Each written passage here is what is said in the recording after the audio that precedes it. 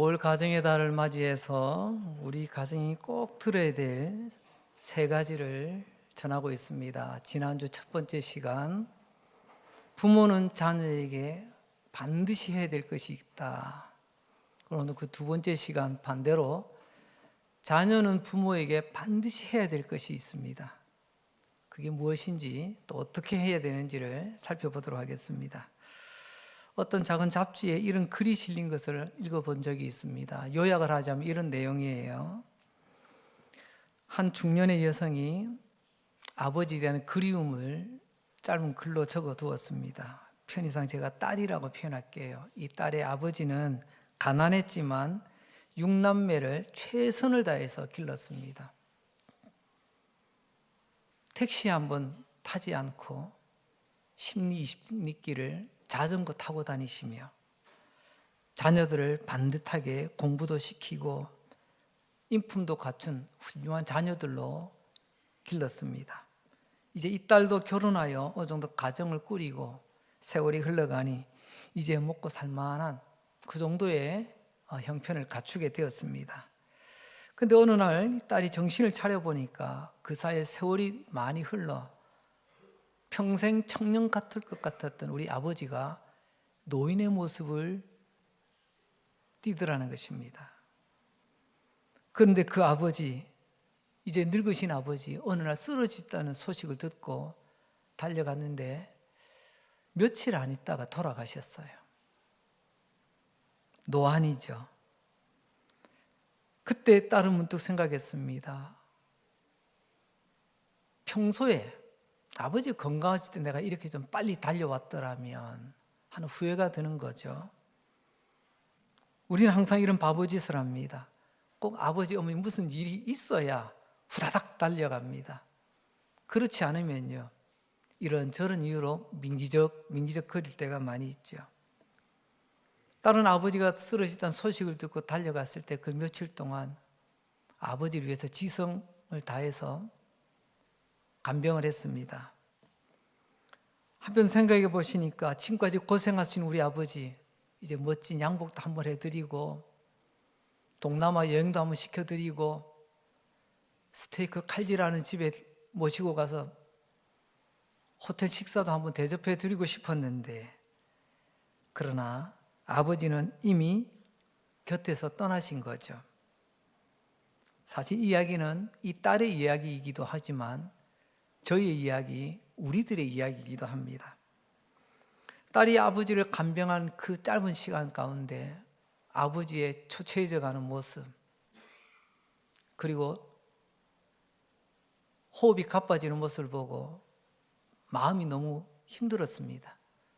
그래서 아버지 앞에서는 표는 못 내고 뒤돌아서서 눈물을 훔쳤습니다. 아버지한테 안 들키려고. 근데 그게 그렇게 됩니까? 여러분, 우리 부모는 자녀가 부모 걱정하고 돌아서서 눈물을 흘리지만 아버지는 다 알고 있습니다. 어깨 들썩이는 모습, 흐느끼는 소리. 그래서 아버지가 그 떨리는 손으로 딸의 손을 꼭 붙잡고 이렇게 한마디 합니다. 딸, 울지 마. 부모란 자식의 걸음이야. 네가 잘 되면 내 할 일 이제 끝났지. 이제 아버지 걱정하지 말고 울지 마. 그 말 마치고 잠시 뒤에 떠나신 것입니다. 부모는 자식의 걸음이다.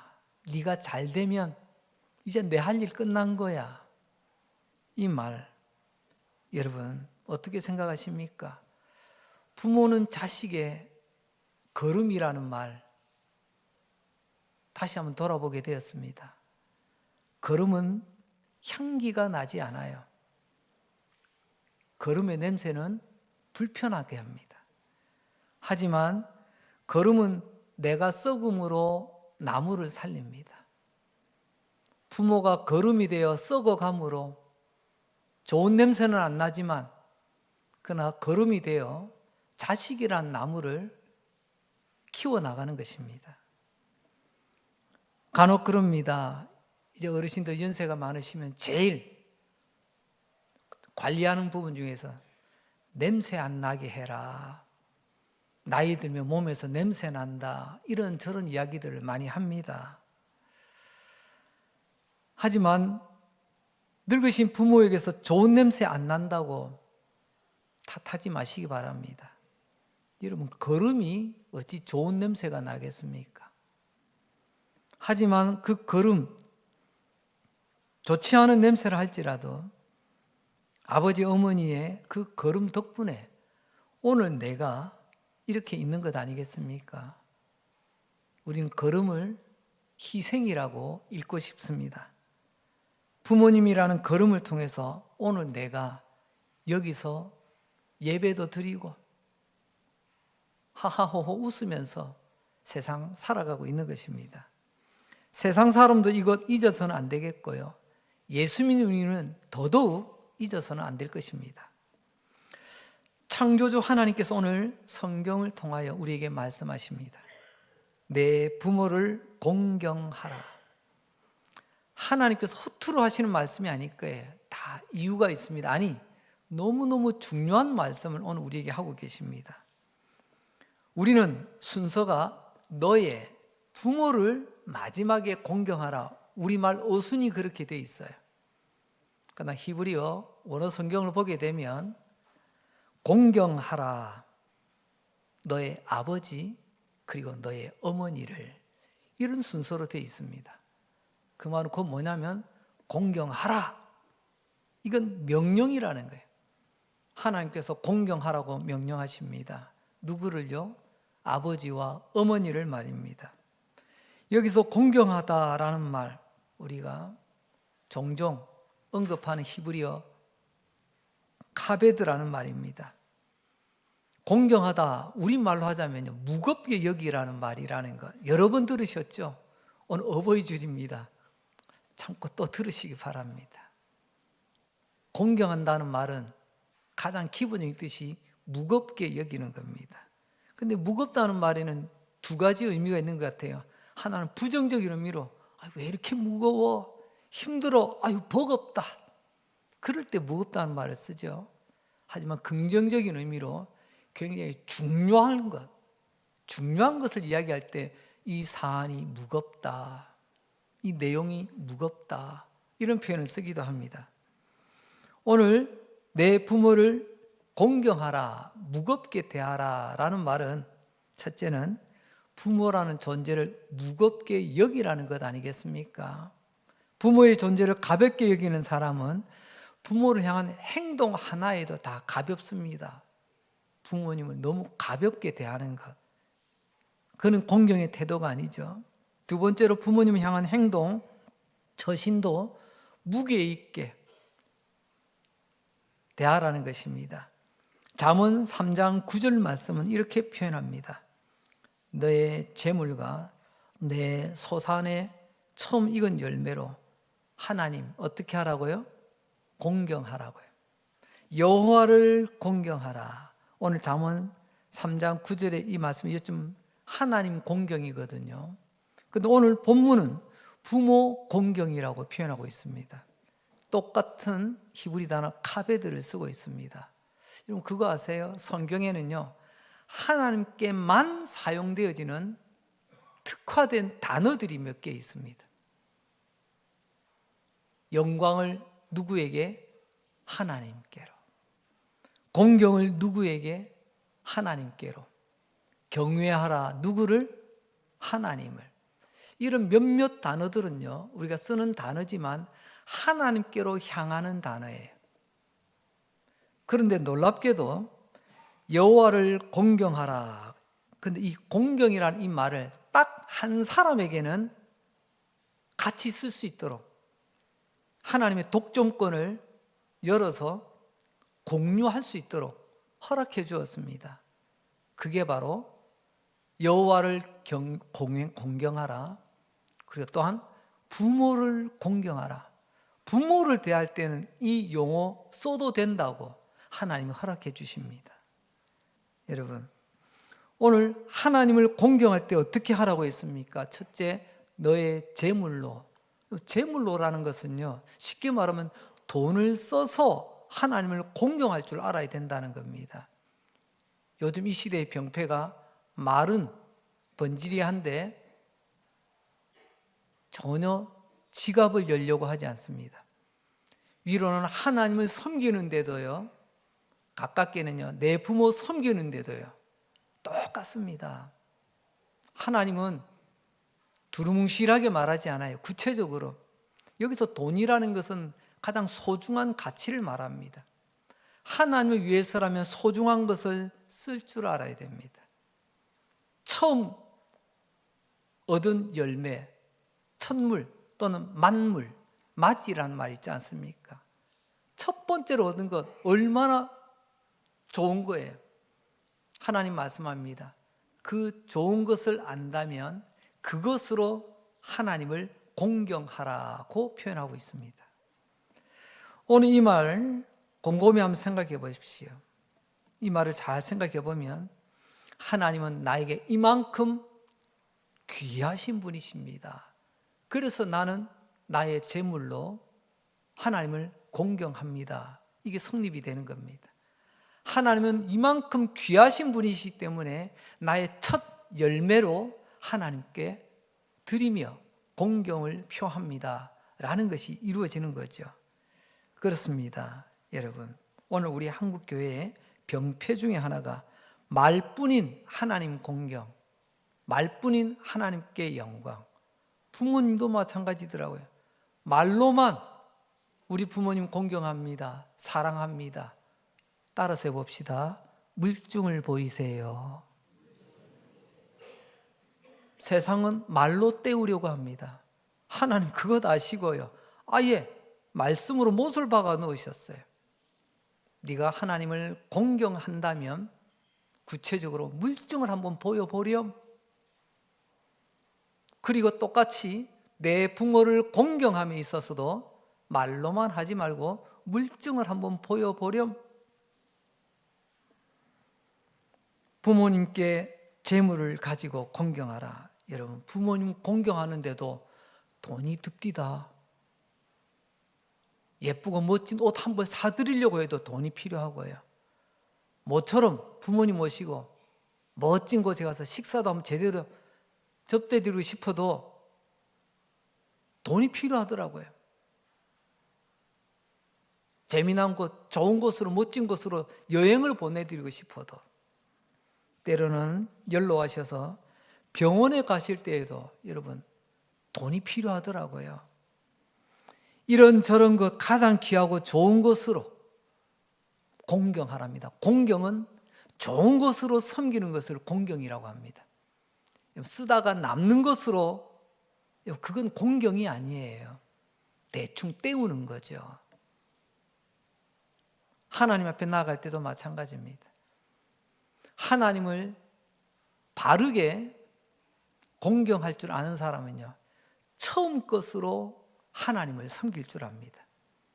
내게 있는 것, 하나님 것 딱 구별해 놓고 나머지로 우리의 일상생활로 이어갑니다. 근데 말로 때우기 좋아하는 사람들의 특징은요, 한 달 살아보고 하나님 어떡하죠? 남는 게 없는데요. 그냥 이달 넘어갑니다. 나도 모르게 하나님을 귀하게 여기지 않고 하나님을 가볍게 여기는 것. 이건 하나님 공경의 태도가 아니죠. 부모님도 마찬가지입니다. 여러분들이 정말 부모님 위해서 먼저 떼어, 이건 부모님 섬기려고 딱 떼어놓는 것. 이런 마음하고 한 달 살아보고 좀 남으면 이달에 우리 엄마 맛있는 거 한번 사드리고, 뭐 남는 거 없으면 또 넘어가지 뭐. 이건 부모님을 가볍게 대하는 것입니다. 그건 공경의 태도가 아니라는 거죠.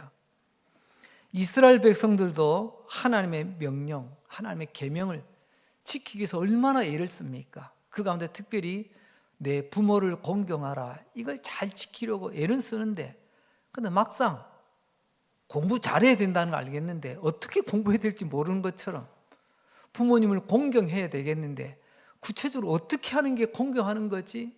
하나님은 내 재물로, 첫 소산물로 섬겨라, 이런 몇 가지 말씀하셨지만 좀 더 구체적인 방법을 찾고 있을 때 이스라엘의 위대한 선생님이라고 부르는 랍비라는 사람들이 있습니다. 하나님의 말씀을 잘 이해하고 실제 생활에 잘 적용할 수 있도록 해석도 해주고 또 바르게 가르쳐주는 그런 선생님, 그 랍비들의 가르침을 모아놓은 책을 우리는 탈무드라고 표현합니다.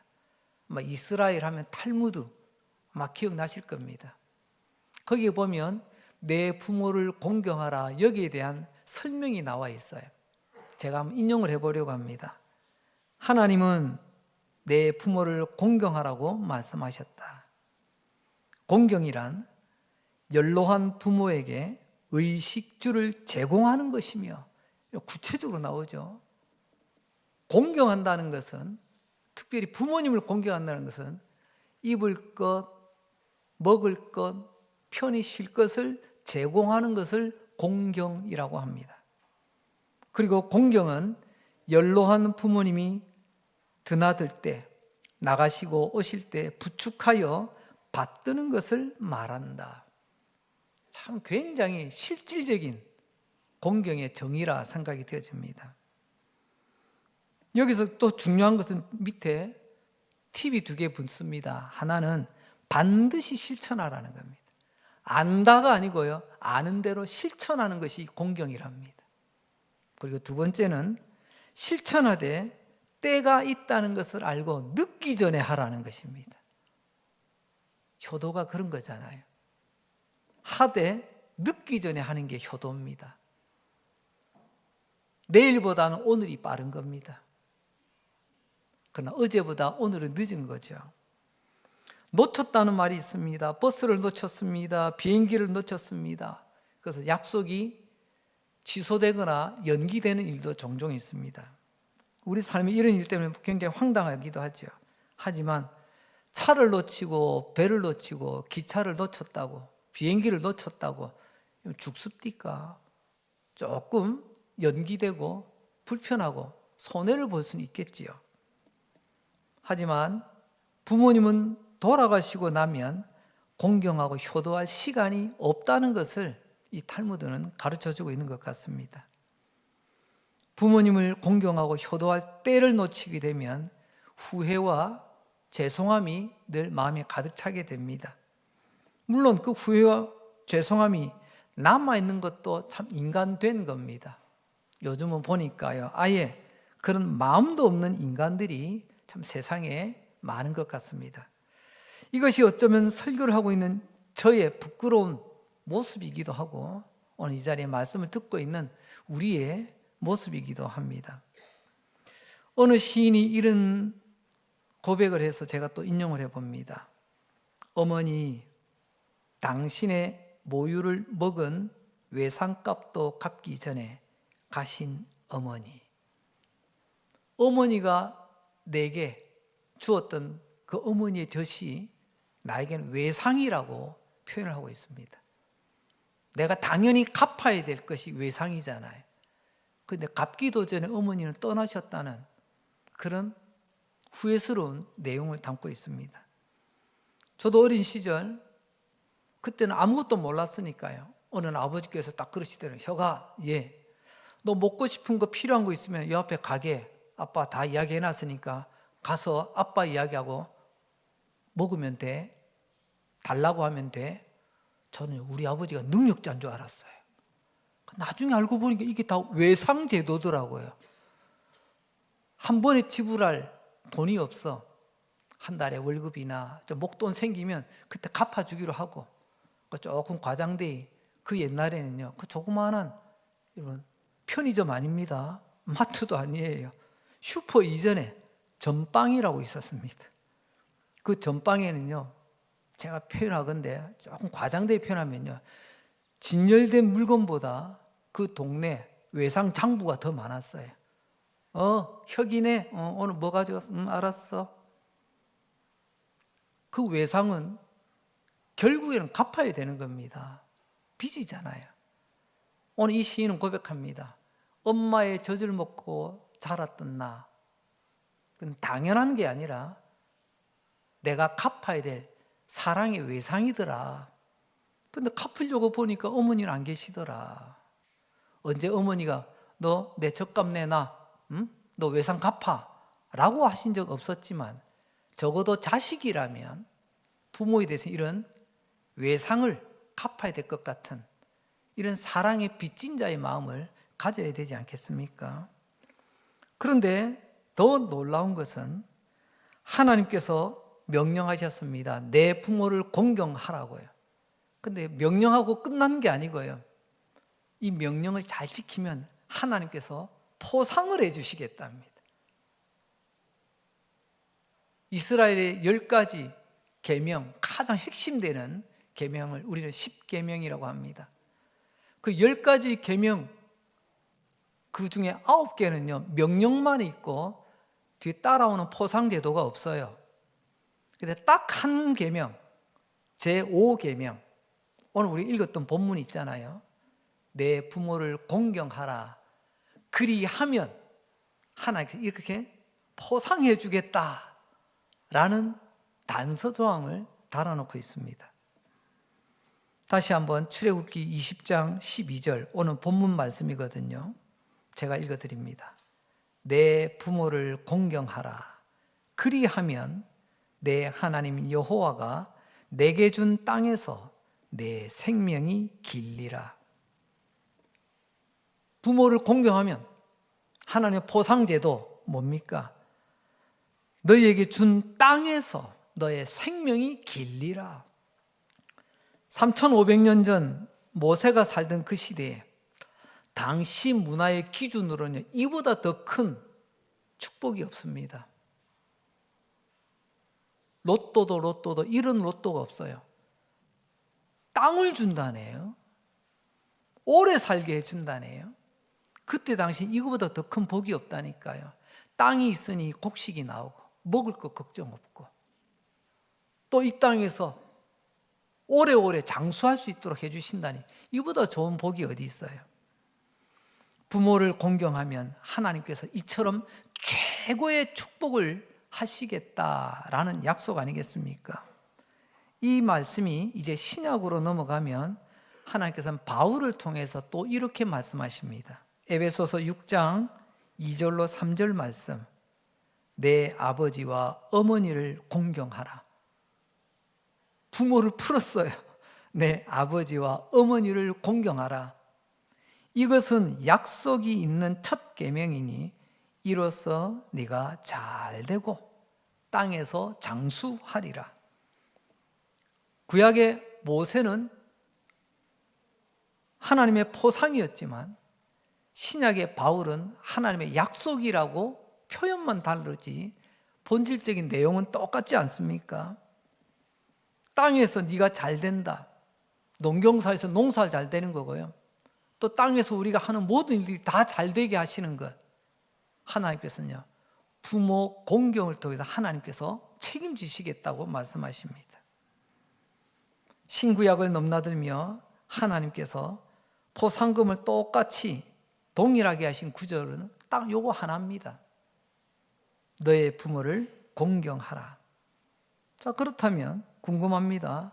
왜 하나님은 너의 부모를 공경하라는 이 계명 하나에만 포상 제도를 달아 놓았을까요? 첫 번째는 너무나 중요한 계명이기 때문에 그렇습니다. 여러분, 내가 찾는 것이 중요하지 않으면 포상금 걸지 않습니다. 현상금 걸지 않습니다. 그 사람 잡히든지 말든지 신경 안 써요. 그런데 꼭 잡아야 될, 꼭 해결해야 될 문제에 대해서 정보를 주거나 단서를 제공해 주시면 내가 이렇게 포상하겠습니다. 그러잖아요. 중요하니까. 마찬가지입니다. 10가지 10계명이 다 중요하지만 그 가운데 특별히 이 제5계명 내 부모를 공경하라. 이게 얼마나 중요하셨으면 다른 9개는 그런 단서 조항이 없는데 이 5계명에만큼은 내가 포상해 주겠다라고 말씀하실까요? 우리가 이것을 잘 알고 나가야만이 부모님을 공경한다는 것을 다시 한번 새겨보게 될 것입니다. 그리고 두 번째로는 하나님은 우리의 죄성을 알고 계십니다. 그 죄성이라는 것은 다름이 아니라 우리가 얼마나 악한지 시간이 지날수록 부모님을 점점 잊어버리게 된다는 겁니다. 어릴 적에는요, 엄마 없으면 난 죽는 줄 알았어요. 집에서 놀다가도 엄마가 일어나면요, 눈이 글로 갑니다. 엄마 어디 가? 그리고요, 나도 같이 가. 바쁘게 직장 일하시다가 쉬는 날 좀 시간을 내서 어머니 일어나셔서 나가실 때 꼭 옆에 뭐 하나 들고 나가십니다. 장바구니죠. 그럼 꼭 따라가려고 합니다. 따라가면요, 해운대 재래시장 뜨끈뜨끈한 오뎅 하나 어머니 꼭 하나 사주시거든요. 고재미로도 갔지만 사실 어릴 때는요, 부모가 내 눈에서 안 보이면 불안합니다. 이 분리 불안이라고 합니까? 근데 조금씩 머리가 커지기 시작하면요, 이제는 불안이 아니고 불편해집니다. 학교에 뭐 두고 왔다고 엄마가 들고 와보세요. 우리 엄마다 하는 애들 거의 없습니다. 왜 왔어? 왜 왔어? 부끄럽다는 거죠. 좀 더 크면요, 이제 부모님과 함께 다니는 것을 불편해합니다. 점점점 시간이 갈수록 부모님에 대해서 점점 몸도 마음도 멀어지는 이런 우리의 연약한 죄성을 하나님 아시기 때문에 네가 부모님을 잘 공경하면 내가 이렇게 포상해 줄게 라고 말씀하시는 거죠. 세 번째로, 이 늙으신 부모님이 내 삶의 우선순위에서 밀려납니다. 참 씁쓸한 이야기지만 요즘 현대인의 가정에서 남편의 순위가 몇 번째죠? 근데 그 이야기를 가만히 듣다가 오늘 말씀 묵상하는데, 그러면 우리 부모님은 몇 번째 순서지? 부모님은요, 아예 순서도 없더라고요. 그죠? 언젠가부터 우리 부모님 내 삶의 우선순위가 아니었습니다. 밀려나기 시작했습니다. 하나님은 그걸 아시기에 말씀하십니다. 내 부모를 공경하는 자에게는 내가 이렇게 포상하리라. 그 옛날에는 없던 단어들이 요즘 넘쳐나고 있습니다. 예전에는요, 반려자 하면요, 부부를 말했습니다. 그런데 이 반려라는 말이 이제는 동물에게도 적용이 되더라고요. 저는 개나 고양이 좋아하시는 분들을 제가 탓하는 게 아닙니다. 그럴 의도도 없고요. 하지만 여러분 기억해야 될 것은요, 개나 고양이도 반려자라고, 반려라는 말이 나와 평생 함께 간다는 거예요. 내 인생에 끝까지 함께 가는, 죽을 때까지 같이 가는, 그걸 반려. 그래서 동물, 우리보다 수명이 짧기 때문에 중간에 죽기도 하잖아요. 요즘은요, 반려식물도 있더라고요. 내가 이 꽃을 얼마나 좋아하는지, 내가 이 나무를 얼마나 좋아하는지. 그런데 정작 우리 부모님은 반려자의 반열에서 제외되고 있습니다. 이런 현실을 보면서 생각해 봅니다. 내 삶의 우선순위를 하나하나씩 채워가는데 왜 자꾸 그럴 때마다 우리 부모님들은 우선순위가 한 칸씩 뒤로 밀려나는지, 하나님 이걸 아시고 포상금까지 걸어두시면서 우리가 부모님을 사랑함에 있어, 공경함에 있어서 부모님이 밀려나지 않도록 하도록 하나님께서 이런 포상제도까지 만들어 놓으셨다는 것을 우리가 가슴 깊이 새기며 오늘 어버이 주일 부모를 공경하라 깊이 새겨보는 은혜가 있기를 바랍니다. 우리가 쓰는 한자 중에서 과거에 이런 배경을 가지고 만들어진 단어들, 그런 것들이 많이 있죠. 뭐 고사성어라고도 표현합니다. 옛날에 이런 일이 있어가지고 이 말이 그런 유래를 가지고 있어. 그 중에 하나가 진나라, 중국의 진나라에 환온 장군이 있었습니다. 옆에 있는 총나라를 정벌하기 위해서 군대를 이끌고 갑니다. 근데 땅으로 가기 너무나도 불편한 도로망 때문에 중국에는 큰 강이 흐르잖아요. 양쯔강. 그 강을 타고 올라갑니다. 그 강을 지나가는 가운데 스촨성과 후베이성 경계를 이룬 지점에서 한 병사가 배가 어떻게 좀 가쪽으로 붙었나 봐요. 그게 나무가 축 처지는데 새끼 원숭이 한 마리가 매달려 있는 걸 보고 탁 낚아챘어요. 요놈 봐라. 그래서 군사는 참 귀엽네 하면서 했는데 한참 배가 갑니다. 100길로 배가 얼마나 빨리 가겠습니까? 노를 졌어요. 지금 공격하러 가야 되니까 신속하게 가야 되잖아요. 근데 옆에 보니까 저 강가 쪽으로 뭔가 푸떡푸떡 뛰어오는 거예요. 보니까 덩치 큰 원숭이 한 마리가 막 뛰어오는 겁니다. 쟤 봐라. 잘 뛰네. 근데 배가 10리, 20리, 나중에 100리를 100길로 가는데 그 원숭이는 멈추지 않고 계속 달려오는 거예요. 근데 그런가 보다 했죠. 이제 배가 100리쯤 지나서 배가 이제 한쪽에 이제 땅하고 무하고 가까운 쪽에 오니까 그 친구가 뛰었던 원숭이가 배에 확 올라타는 거예요. 깜짝 놀랐죠. 이게 뭔 일인가 했는데 근데 그 원숭이가 이내 죽고 말았습니다.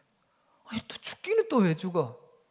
뭔가 좀 이상하다 싶어가지고 그 중에 군인 하나가 그 큰 원숭이 배를 갈라보았더니 창자가 토막토막 탁 끊어져 있는 거예요.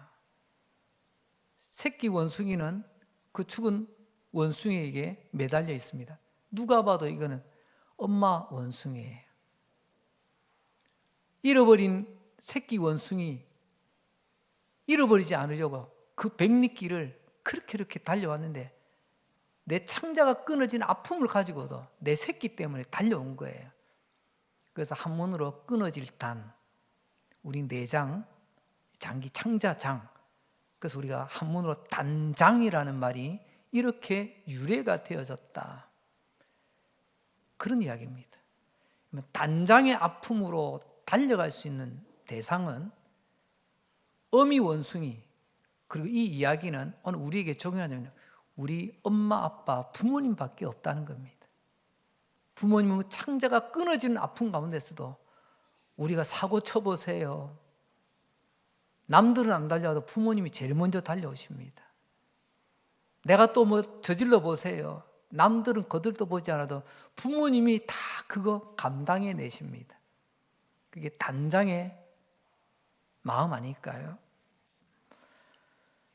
이런 글이 있어 제가 또 인용합니다. 자녀는 부모의 사랑에 배고파한다. 우리 그러잖아요. 엄마는 왜 나 미워했어? 왜 오빠만 좋아했어? 왜 언니만 좋아했어? 왜 나한테는 고기 반찬 안 주고? 왜 나는 공부도 안 시켜주고? 늘 우리는 부모에게 받지 못한 사랑에 대해서 늘 목말라 합니다.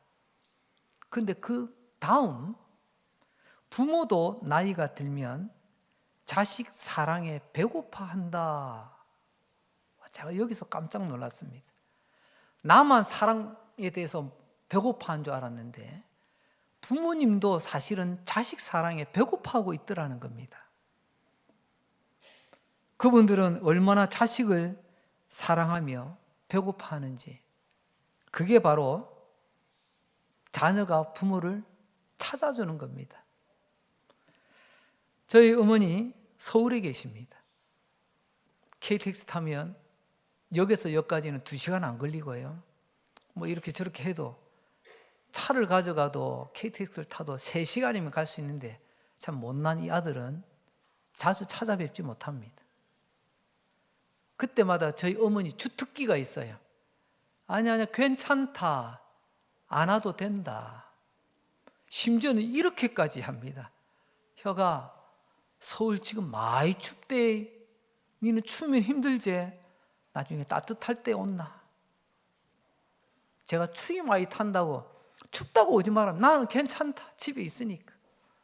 이런저런 이유들로 계속 어머니는 괜찮다고 말씀하십니다. 저는 또 그게 또 괜찮은 줄 알고 그래요. 예, 어머니 이번에 못 가지만 제가 다음에 올라갈게요. 또 그렇게 또 시간은 흘러갑니다. 그런데 아시죠? 우리 부모님 괜찮다라는 말은 들릴 때는 괜찮다지만 이 해석을 잘해야 된답니다. 뭐라고요? 네 보고 싶다라는 뜻이라는 거예요. 이 철없는 아들은 아직도 그걸 제대로 못 깨달아가지고 어머니 괜찮다 하면 예 하고 그냥 이렇게 그냥 있습니다. 우리 부모님들 이런 마음으로 자식들이 이야기하는데 이 멍청한 인간 그거 못 알아듣고 그래요 다음에 또 시간 내면 또 그때 올라갈게요. 누구 이야기라고요? 제 이야기입니다. 어쩌면 저같이 이런 멍청한 자식된 분들이 이곳에 또 혹 계실지도 모르겠습니다. 그런 인간이 지금 설교를 한다는 게 참 가관이지만 여러분, 부모님은 어떨 때 가슴이 뜨거워지는가? 자식의 사랑을 확인할 때랍니다.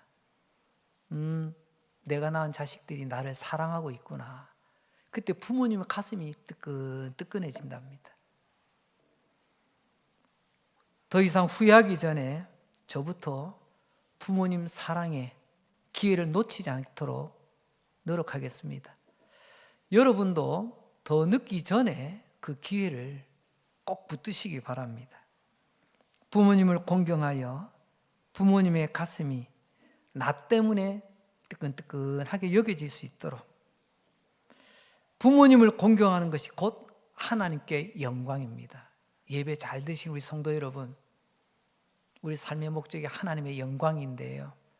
하나님 그 영광이 오늘은 공경이라는 단어로 바뀌었습니다. 하나님은 말씀합니다. 부모 잘 섬기는 것이, 부모 공경하는 것이 하나님 아버지 영광 받으시는 거라고요. 저와 여러분의 가정이 우리 부모님, 우리 어머니 아버지를 귀찮게 여기고 창자 한마디 한마디가 다 끊어진 채 우리를 따라 우리를 지켜내려고 했던 그 사랑 잊지 않고 기억하며 다시 한번 주님 말씀하신 것처럼 자녀라면 반드시 해야 되는 것, 내 부모를 공경하라. 그러면 하나님 포상해 주신답니다. 이 말씀 믿고 이 말씀 붙들고 하나님의 말씀에 순종하는 저와 여러분 될 수 있기를 바랍니다. 기도합니다. 하나님 아버지 감사합니다. 오늘 어버이 주일을 맞이하여 말씀 듣게 하시고 말씀 전하고 들을 때마다 내가 죄인이고 나의 부족함을 깨닫게 해주시니 감사합니다. 우리 엄마, 우리 아빠, 우리 부모의 심정을 헤아리지 못하고 나밖에 모르던 참 이기적인 인간, 반려동물도 좋아하고 반려식물도 좋아하고 취미생활도 다 좋아하는데 정작 내 부모님은 내 삶의 우선순위에서 멀어지고 있었습니다.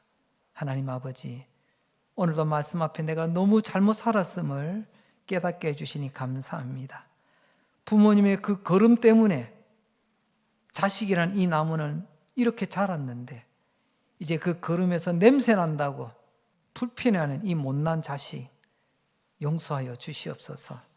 오늘 말씀처럼 공경하라 너의 아버지와 어머니를, 이 말씀의 명령대로 살아가는 복된 우리 강릉제일 가족들 되게 하여 주옵소서. 혹 이 땅에 아버지 어머니가 생전에 계신 성도님들이라면 더 늦기 전에 부모님을 공경하고 기쁘시게 해드린 일에 가장 좋은 것으로 드릴 줄 아는 복된 성도 되기를 원하옵고 예수님 이름으로 기도합니다. 아멘. 잘 일어나셔서